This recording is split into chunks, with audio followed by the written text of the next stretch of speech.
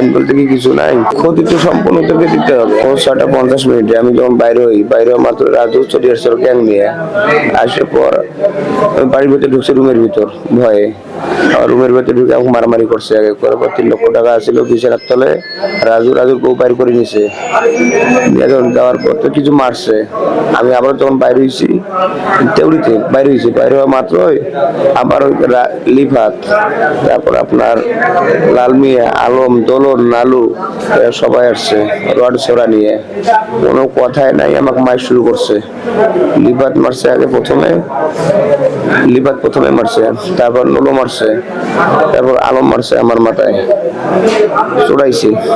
আমি এটা বিচার চাচ্ছি জমি জমা নিয়ে। আমি পাবো, ওরা জোরপূর্বক আমারটা জমি নেবে দলিল করি।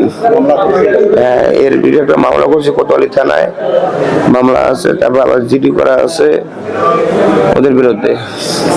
আমি একাই, আইন বলতে কি কিছু নাই।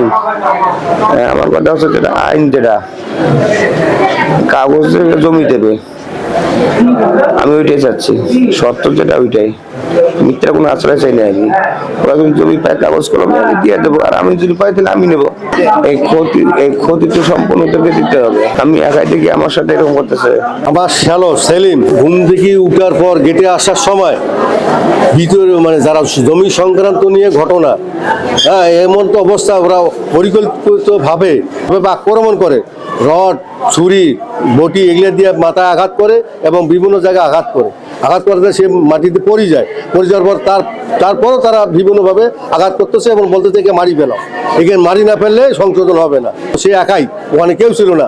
আমার শাশুড়ি অসুস্থ, সে লাঠি নিয়ে হাঁটাহাঁটি করে সে অনেক কান্দাকান্দি করার পর তারা ছাড়তেছে না।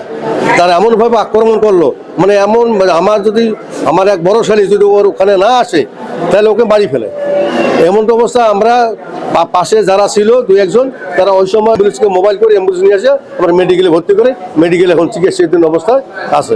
আমরা থানায় অভিযোগ করছি, মামলা দিছি।